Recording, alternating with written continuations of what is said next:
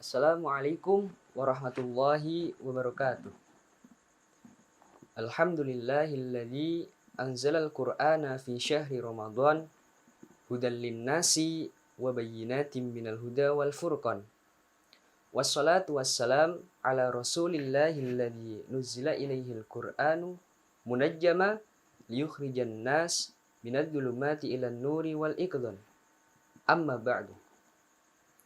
Alhamdulillah, bersyukur kepada Allah Subhanahu wa taala, kita telah sampai di bulan Ramadan dan tentu kita sangat berharap kepada Allah Subhanahu wa taala semoga seluruh rangkaian ibadah yang kita kerjakan di bulan ini berkenan diterima oleh Allah Subhanahu wa taala dengan penerimaan yang terbaik, disertai dengan ridho, ampunan, serta rahmat Allah Subhanahu wa taala. Saudara-saudariku yang dirahmati oleh Allah Subhanahu wa taala, qala Allah taala fi kitabihil karim, a'udzu billahi minasyaitonir rajim. Bismillahirrahmanirrahim. Ma anzalna 'alaikal qur'ana litashqa. Wallahu a'lam bimuradih, yang artinya Allah tidak akan turunkan Al-Qur'an untuk menyusahkan kita.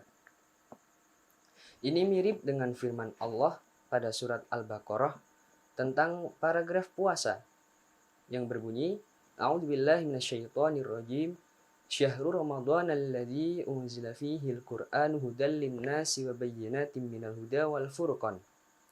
Di tengah-tengah ayat yang panjang tadi terdapat penggalan ayat yang berbunyi, a'udzubillahi minasyaitonirrajim, yuridullahu bikumul yusra wa la yuridu bikumul usra.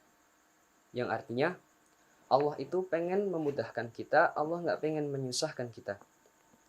Berkali-kali Allah tegaskan bahwa Allah tidak akan turunkan Al-Quran untuk menyusahkan kita.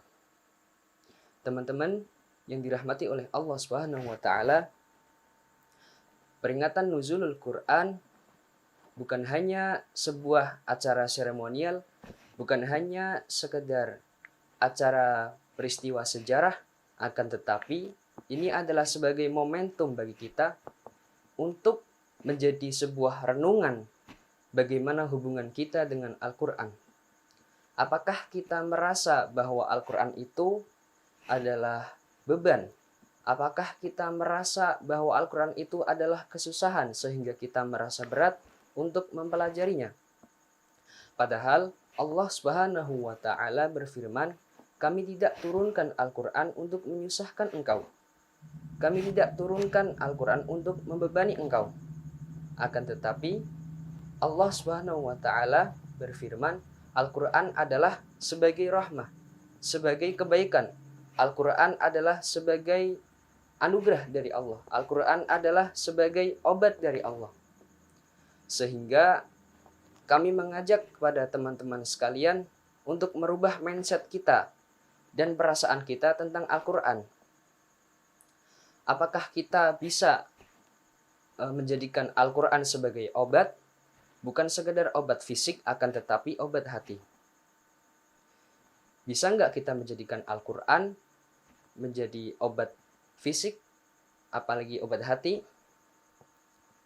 Bukankah kita dari kita semua pernah merasakan sakit hati? Apakah sakit hati kepada seseorang ataupun dengan takdir, merasa nggak enak, nggak nyaman? Bagaimana cara mengobati sakit hati tersebut? Yaitu dengan Al-Quran, karena Al-Quran adalah obat. Bukankah dari kita semua pernah merasakan sempit dadanya? Bagaimana cara melapangkan dada kita? Yaitu dengan Al-Quran, karena Al-Quran adalah obat.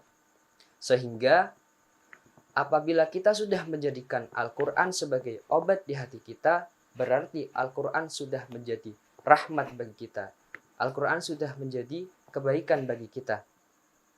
Akan tetapi kalau kita menjadikan Al-Quran masih menjadi beban, masih menjadi susah, masih menjadi berat, berarti kita belum mengerti apa itu Al-Quran.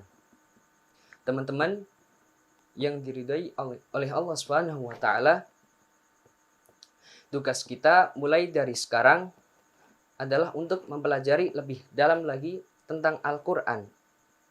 Nggak hanya membacanya saja, akan tetapi pelajari juga sejarahnya, tajwidnya, qiraatnya, mujawatnya, makomatnya, sehingga kita bisa tahu bahwa Al-Quran itu adalah sesuatu yang indah. Yuk kita sama-sama mempelajari Al-Quran, ikhlas karena Allah Subhanahu wa Ta'ala, maka Allah akan memberikan petunjuk bagi kita bagaimana cara mencintai kepada Al-Quran. Barakallahu fikum.